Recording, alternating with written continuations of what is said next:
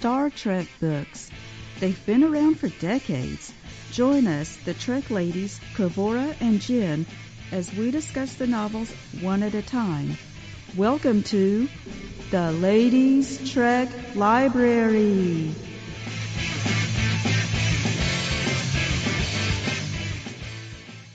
Hello, this is Ladies Trek Library, and I'm Kavura, and I'm back with Jen. How are you, Jen? Hey, I'm doing good, and it's good to be back talking about Star Trek books. All right, so our book this time is The Price of the Phoenix by Sondra Marshak and Myrna Culbreath. So the description on the back of the book says, Captain Kirk is dead. Long live Captain Kirk. Spock, Dr. McCoy, and the other crewmen of the Starship Enterprise experience a stunning double shock. The first painful blow is Captain Kirk's tragic death. Then Captain Kirk's miraculous rebirth reveals the most awesome force the Enterprise has ever encountered. Spock is forced into a desperate gamble for Kirk's human soul against Omni, the ultra-human emperor of life, beyond life, and death beyond hell. Okay, so that's the way they described it. So basically it is Captain Kirk dies, or at least they think he died, and so Omni is the villain of the book. He created a duplicate of Kirk. He basically cloned Kirk right before he died, and then later in the book we find out that Kirk wasn't actually dead. But the whole of the book is things like what would you do if your best friend died but you had this copy of him that's an exact duplicate. It might as well be the same person. He has all the memories and can pass, like biologically he's exactly the same. So that is the idea behind the book. So any other messages you want to say that the book brought out, Jen? Well, of course there were a lot of messages about what to do, to make it a little more clear, because of course we know at the beginning, the ship is mourning the loss of Captain Kirk, but as a reader, obviously he can't really be dead because right. He goes on in later books and shows, so we know he doesn't really die. He has to come back. So then we find out that Omni has created this duplicate. And he's not just a duplicate, but what he did is he took the memories of Captain Kirk at the moment before he died, which we find out later he really didn't die. Omni was just lying. But he has, like you said, the same memories, so he's really the same person. And he also has the ability to do this like an infinite number of times. So he can create all these Captain Kirks, and they're not just clones, like in Next Generation Nemesis where Picard had a clone, but he really wasn't the same person because he had a different life experience. And these are all clones who have the same memories, and, they basically are Captain Kirk. And so it raises the question of if the original, when we find out that the original hasn't died, are these clones, are they Kirk? And if they are, what kind of life is in store for them? You can't have two Kirks in Starfleet. And what are they going to do with their life? So there's that question. And then I think there's the question about the Omni, who kind of is a Khan-like figure, although I felt like he was maybe a little more evil and more powerful, because Khan is an enhanced human, but Omni is not human, and he's much stronger than a human and even than a Vulcan. And you don't really ever find out the answer, but a lot of the questions are, why is Omni so angry towards Captain Kirk and Starfleet? What happened in his past to make him have this vengeance? And if you have this power, which basically makes him kind of immortal, because he can, if he's about to die, he can just transfer his memories into another body and continue to keep living. So there's the question of the power corrupting Omni, and also if this power that he has gets out to Starfleet or the Romulans or the Klingons, how would that change things if people can basically die and come back to life an unlimited number of times? Yes, it's a great science fiction concept you have here, immortality or recreating yourself. And I did read that one of the authors of the book is actually a philosopher. I mean, has a degree in philosophy, and the book is deeply philosophical. I mean, it's a lot of dialogue in this book. There is some action, but the dialogue about what would you do, like as I said, and I mean, it's all about Spock and Kirk and what are they going to do with this duplicate of Kirk, and how are they going to live out the rest of their lives. And part of the book talked about slavery in a sense. You have the Kirk. Oh, and the book says like the duplicate of Kirk is called James, just to avoid confusion, and Jim is the original Kirk. So James, the clone, Omni, it was right at the beginning when Omni said, "I created you, so I own you," and then James said, "But I have a soul. You can't own a soul." And that was, a great philosophical punch. Yes, and this question of slavery sort of comes up again with when the question about what to do with James and and Spock, and also the Romulan commander is there, who I don't know. I guess that's all we can call her since we never learned what her name is in the show. I think in the novel verse we do, but it's determined that James can't live in the Federation because there can't be two Captain Kirks. And so he's going to go off with the Romulan commander and live with her in the Romulan Empire, disguised as a Romulan. But then it kind of comes up that in a way then he would sort of be like a slave to her, because she would have this power over him that she knows his secret, that he's not Romulan. And he kind of will have to depend on her to remain in, to keep his identity a secret. Yeah, that is something they brought up about, right at the end, about what James, the clone, is going to do next. And so there was a sequel to this, the Fate of the Phoenix, and I read the sequel, but you didn't read it, right? No, I didn't yet. Okay. So, I mean, because the next book goes into a lot more about James. I mean, basically having to do what she says, but that's another story. So anyway, so getting into another subject about this book, that because there was so much about the relationships about Kirk and Spock and the Romulan commander, and it was one of the things that I always liked about this book. I mean, when I first read this, I think I was about 11, and I thought it was great then. And one of the things I loved was how it plays on the relationship of Kirk and Spock. They are such best friends, and what would Spock do if he lost Kirk but had a chance to get Kirk back again? And I just thought, Star Trek doesn't have any other characters that are so close as friends that you could have that kind of story with. And I mean, it's still true, but reading the book now, I just read it recently, and it's, I didn't like it as much, but I still say that's still a strong point of the book is that relationship. What did you think? Well, I do agree with you on that, but I felt like, and maybe you didn't pick up on it reading it the first time if you were only 11, I really felt like the authors were probably Kirk Spock / fans, and they really were trying hard to imply a romantic relationship between Kirk and Spock, which I did not like. I just don't feel that it's canon. I think that's fine for fan fiction. If people like that, that's, whatever, but in a novel, really, I just felt there were so many sexual innuendos, and also not just between Kirk and Spock, but between Omni and Kirk. That to me, it just came off as very creepy, kind of like a creepy fan fiction that I wouldn't want to read. So that Yes. kind of ruined the friendship aspect, because I think they could have made it about, there have been other novels, and even in the movies we've seen where they have this deep friendship, and I hate that deep friendship always gets turned into, if they're this good friends, there must be something sexual, which I don't think is necessarily true, and that's kind of, demeans a friendship to me. So I wish they had been able to do that without crossing that line. But yes, you're right about also the dialogue. And I guess I just felt that, so typically if a book has too much action and it's just a lot of detailed, there's some Star Trek novels where it's page after page describing action, and I don't care for that too much.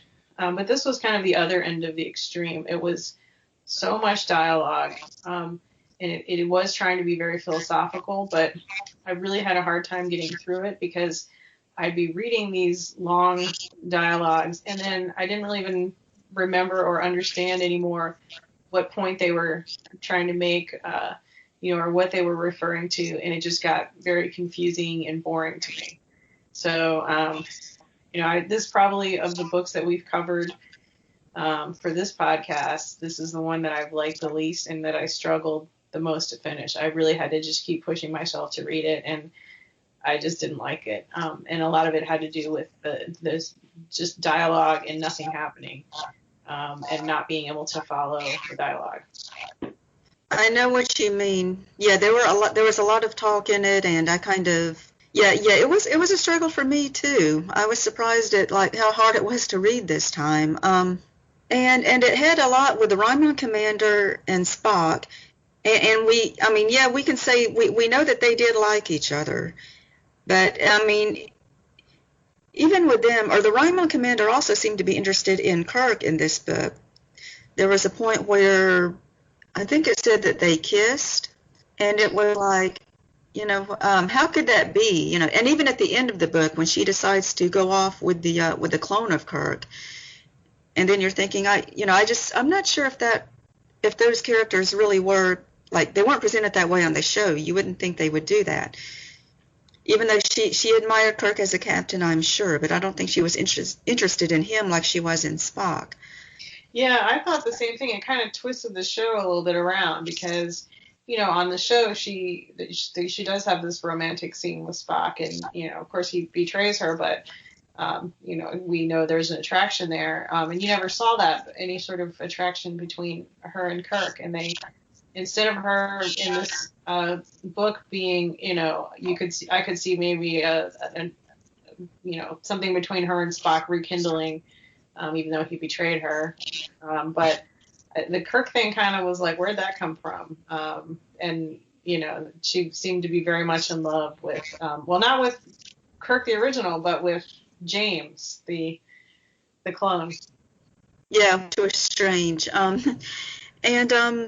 And I do understand that this story actually did start out as fan fiction. It was printed in some fanzine back in the 70s, but then they added to it to make it a book, to make it a novel to be published. But yeah, so it was originally fan fiction, and I didn't read the original story. I don't know how far it went with Slash or anything, but yeah, it did actually come from that. But it's very strange. Getting into to those kind of relationships. But I did like how, let's see, the original Kirk, he was a strong commander. He still was in charge a lot, but then in other times he lost in a fight against Omni. We're supposed to think Omni is this, huge character. Sometimes he's referred to as a giant, even though I don't think he's literally a giant, but he beats Kirk to a pulp, and it says that Kirk started crying, and that's, I think, another mishandling of the character as well. Yeah, I guess you could, and that just reminded me that here I am saying there's so much dialogue and not a lot of action, but there was some action, and there was the scene that you're talking about there, and that is one thing where it just drug out for so long. Where it's Omni, the first part of the book is basically Omni is just beating Kirk to a pulp, just torturing him, beating him, and that went on forever. And I was like, how many pages of this? And then until he wants him to, he wants to break him, and eventually he feels that even though Kirk cries, that he can't break him. But then again, it got into the sexual innuendo thing where, Omni has this, he's got all these fancy gadgets and this really, incredible technology besides being able to clone people and transfer their memories from living people into his clones. He's got this spray that you can spray on people that will heal all their wounds. So of course, after he, beats Kirk pretty badly, he, goes to spray the stuff on him to heal him, and then they make this big scene about him undressing him, and it was kind of like, really? Yeah, really. But actually, I like that spray thing though. That was kind of realistic, having the regenerative spray. That was a neat idea. But yeah, I mean, that was a cool idea, and I think the idea of the technology that Omni had was cool. That was interesting. And then, he lives, the whole idea of the planet that he lives on, which is this kind of like a Wild West type planet where, there's no laws, and you get people coming from all over the galaxy to live there. Some of them are living like in the Wild West with like actual guns. But then Omni has built this labyrinth where he hides Kirk, and it's such a labyrinth that even Spock is really not able to locate where Kirk has been hidden, because it's just it's just immense. So those were all kind of neat ideas that I thought were interesting. I just didn't like the story that but good ideas there. And so Omni as a villain was also very different. Well, he was almost the perfect villain. I mean, he was intelligent and powerful, and he had this plan all thought out. And I mean, it's like in the dialogue, he was very good at the comebacks. He could refute just about everything that Kirk and Spock and the commander said to him. So in that way, he was good, and he was the kind of villain that it's like, when you're reading it, you're thinking, oh, how are they going to defeat him? I mean, in that way, he was a good storybook villain. What did you think? Yeah, well, like I said, in a way, he was kind of like a Khan-like figure, but maybe more powerful than Colin. And he had a lot of followers. He had these Romulan guards and other allies. They never really reveal exactly what happened, but we know that, and maybe they do in the sequel, I don't know, but they hint that he's out for revenge, that he doesn't like the Federation because of something that happened in his past. And when I was first reading it at the beginning, I thought it sounded almost like the Federation had somehow been responsible for the death of someone that he loved. But then at the end, they kind of they give a little bit of an explanation, which kind of isn't that, which is like he's unhappy with how the Federation changed things, but where he lived, but they don't make it clear. So he's kind of like a villain who's out for revenge. So, that is like Khan and some of the other villains that we've seen. And he also that was, that can be interesting, but I don't like how they sort of made him, his goal was just to break, Kirk, and he's just brutal, and he's not interested in just killing his enemies. He wants to, make them suffer.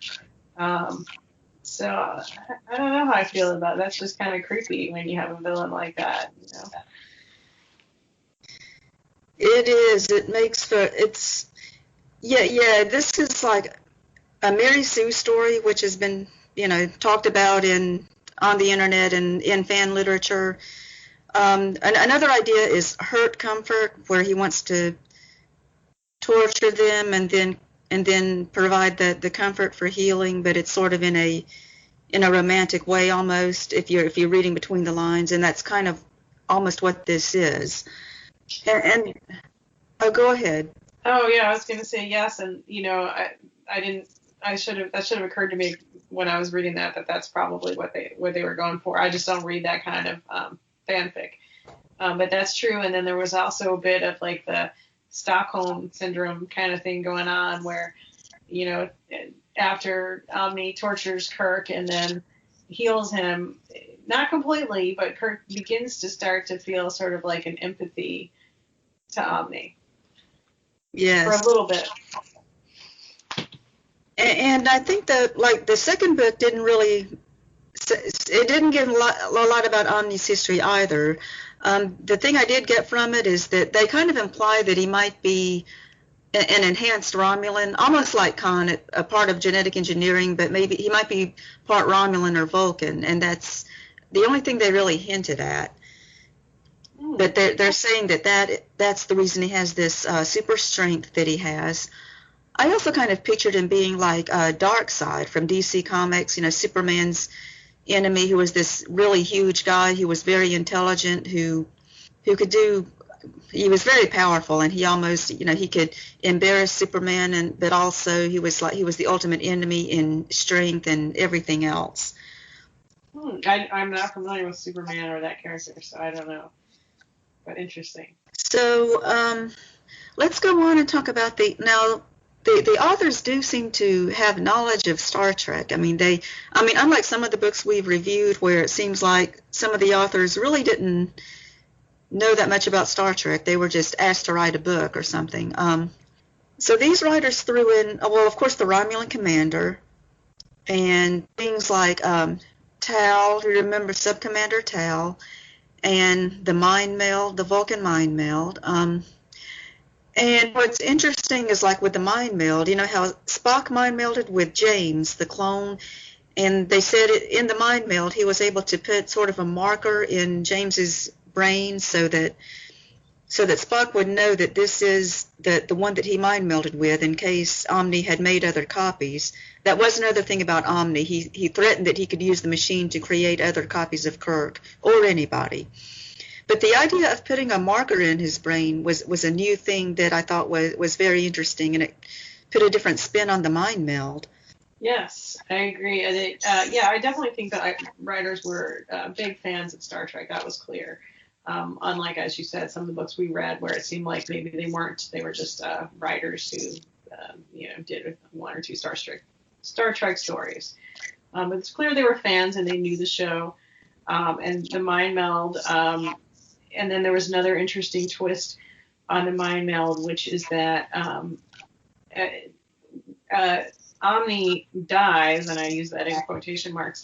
Spock is trying to get information from Omni about where Kirk is hidden in this labyrinth, and so he forces the mind meld on him, and Omni then ends up committing suicide, although a copy of him comes back, so he's not really dead.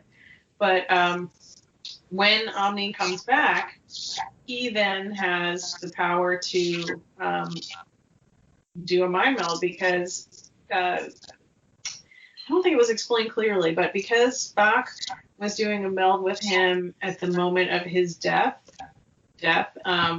he then, when he comes back to life, he then has taken on some of this power that Spock has. So that was kind of interesting because I've never really seen that before. Yes, that once you mind meld, you can learn how to do it or something, or get the ability.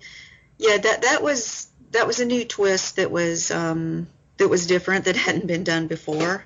And let's see, other things. Oh yeah, poker. They did a lot of poker analogies in this book, and we know that poker has been mentioned on Star Trek, and of course, and this was of course before the Next Generation, but poker became a bigger thing on the Next Generation, and even chess. They did the chess plays in this book, just like from Whom Gods Destroy, and that was pretty neat. Yeah, they did do chess and poker, and I didn't even think about that when I was reading it, but you're right. Yeah, some things like you just associate it with Star Trek, and it's like, and sometimes you like it. Sometimes you can gloss over things because it's just so common. It's just something that's so embedded in you that you don't realize that it's like, oh look, that's there. You just think it's just a common thing. Like, yeah, we know it. Okay. Oh, but there was one more thing I wanted to say about the mind meld, which is so there was another interesting twist on that. So when Spock thinks that Kirk has died, and then Omni presents him with this clone that he's made, and Spock says, no, this is not Kirk, this is just a clone. And Omni says, well, if you want to offer that Spock mind meld with him to show that this really is him inside, the same person. And so he does. And so then Spock has this connection to James, the clone. And James, I guess because he is a clone of the original Kirk, has a mental connection to Kirk, Jim. And so when Spock and the Romulan commander and James are trying to find Jim, the original Kirk, in this labyrinth, and they're actually, Spock is apart from them for a while, and the Romulan commander is with James. Spock is able to communicate mentally to James, and James can sort of communicate, or not communicate, but he can sense where Jim is. So in that way, they're able to find Jim, is through the sort of like telepathy using three people because of a mind meld. Yes, that was interesting too. That's something that's never been done, and it's so you're reading it and thinking like, oh, I mean, I didn't know they could do that. Yeah, that was neat, and it would be neat if they could do that with mind melds. I mean, Discovery has shown that you can do like a mind meld, or a mind meld link can last over. It can spread over several parsecs in space, as like with Michael Burnham and Sarek. So it was an interesting idea that was in this book way back in the 70s. Yeah, and they kind of also use the idea of that you can communicate telepathically, because towards the end of the book, when Spock, Jim, James, and the Romulan commander are all back on the Enterprise, they know that Omni's going to be coming back for them, and that they suspect he's going to tap into their communications and be listening to what they say. So they formulate this plan telepathically, which we really haven't seen that either. I mean, we've seen where, mind meld, you may be able to sort of get a sense of something, but it's not like you can have a conversation with someone. Yeah, that was neat. Yeah, because a mind meld, like there's a telepathic connection during the meld, but after the meld, we don't usually see that they don't still have the connection. It's just that they might have still retained each other's memories to a certain extent, not even completely. But yeah, so that was a different spin on it. Yeah, and I think we have seen where after a meld, the people who've melded with each other, maybe they can get a sense of where that person is, or a sense of the other person's emotion. But it's never been where you can just, you can have like a telepath, like the Betazoids can do, that kind of thing. And another thing, one thing about the book though, it has that female Romulan commander, but it never explained how she got there. I mean, at the end of, the Enterprise incident, she was taken back on the Enterprise, and she would probably be going to a Federation prison. And this book never said what happened to her, so how is she now back in the Romulan Empire and someone who's, again, important to the Romulans? The book never explains that. No, and it also did not explain what she's doing on this planet. Now, they do explain that the Enterprise is there because Omni had requested them there, I think, to mediate something. They weren't too clear on that, but he had invited them. So I guess we can assume that he invited the Romulan commander. But you're right, it doesn't mention how she's now back in the Romulan Empire, commanding a ship again. Okay, so now let's just go to any final thoughts or anything else that you liked or didn't like about it. Well, I mean, I did like having her as a character. I've always liked her as a character, so it was nice to see her. We didn't really have a lot of other characters. I mean, McCoy's in it for a little bit. There might be like Scotty and I think Uhura maybe have a one or two lines. So it's pretty much just the whole story is Kirk, Spock, Jim, or Kirk, Jim, Spock, and then the clone James and Romulan Commander and Omni. So if you like those characters, that might be a good story. But to me, it's just not a book that I could recommend. There were some things that I could pick out and say that, yeah, that was neat. But like I said, it was just difficult to get through, and I just didn't enjoy it. Well, yeah, a few things to like about it. I mean, yes, I like that it had the Romulan commander as well. and the fact that it was a good examination of the Kirk-Spock relationship. And, even though it went overboard. I mean, on the surface it looked good, but yeah, it got a little too much. Well, I like that the writers were familiar with Star Trek, as we said. They had actually watched the show and were fans of the show. And the fact that it was a science fiction book in that it had these concepts of cloning, and so it examined that concept. Now one thing that I really don't like is how it builds up Spock and the Romulan commander and all of Vulcans and Romulans. This book says they are just so superior to humans, and it makes out, Kirk and James are such weaklings, and the Romulans and Vulcans are so much stronger and more intelligent. And you get tired of hearing that, because it, like, the book never lets you forget that. Did you get that from this too? Yeah. Okay, not as much, but I just kind of, it was one of the things I remembered about it. It was one of the little flaws that I kind of, it just kind of, it irked me. And it actually, it's more prevalent even when you read the sequel. They go into it a lot more because James is in the Romulan Empire, and they said they have to, like, he's a weakling living among all these stronger people. So to keep his cover, they have to, do little things like leaving bottle caps kind of loose so he can open them. Silly things like that. They just get so much into that about how weak he is physically. Yeah,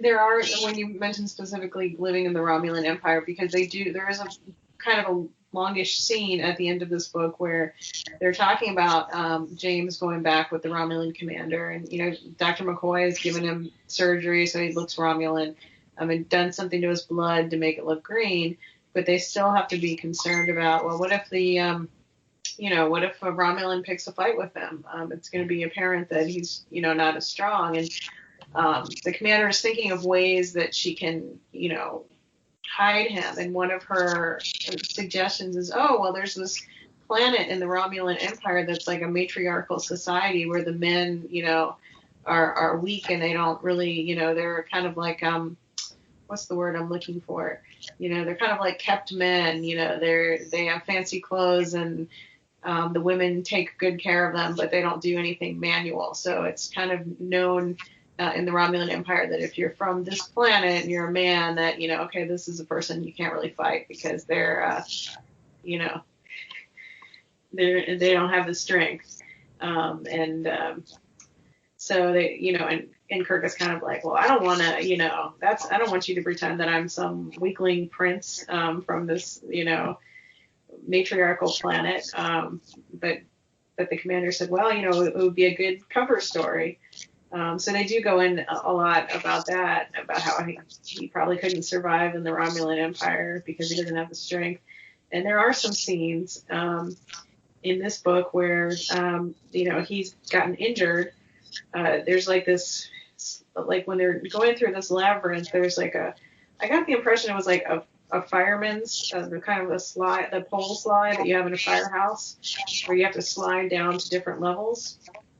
And he injured his legs or his feet or something going sliding down this pole, and so then the Romulan commander has to carry him. And they do kind of make a big to-do about the Romulan commander kind of having to carry him around. And there's one scene where he kind of says, I don't want to, appear weak, like I'll fall on my knees rather than have you carry me. And she's like kind of saying, well, I'm stronger than you, so that's just, the way it is. So yeah, now that I think about it, I probably at the time was kind of maybe rolling my eyes, and I just yeah. Yeah, it is a little weird because we do know that Vulcans and Romulans are stronger. But Kirk is an exceptional human, so you would think he would find ways, and he probably is stronger than most humans, and because he's so resourceful, he's not as bad as the book makes him look like. I think that is the point. But since you mentioned sliding down the fireman's pole, I kind of pictured Batman. You know how Batman and Robin had a pole where they slid down to the Batcave? I don't know why it made me think of that. So you can tell that the book was written by two women in the sense that the Romulan commander was, like could pick Kirk up and carry him around, yes.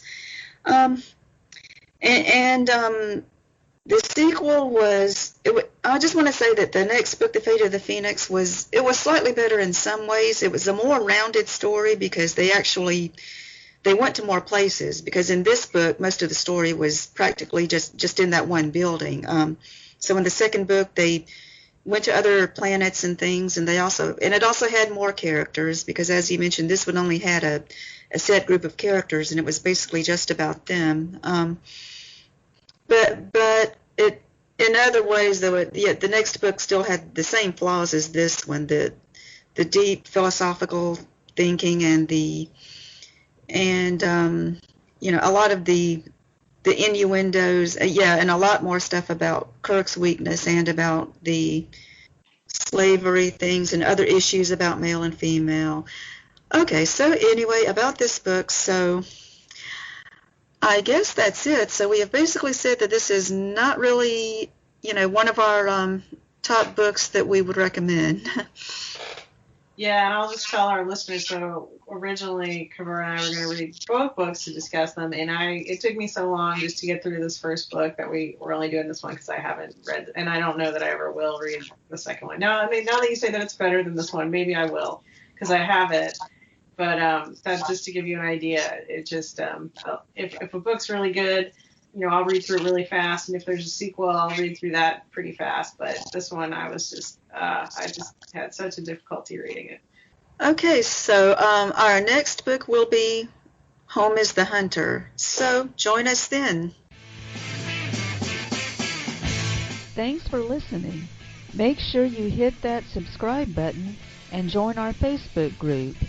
Live long, and may the force be with you. Nanu Nanu.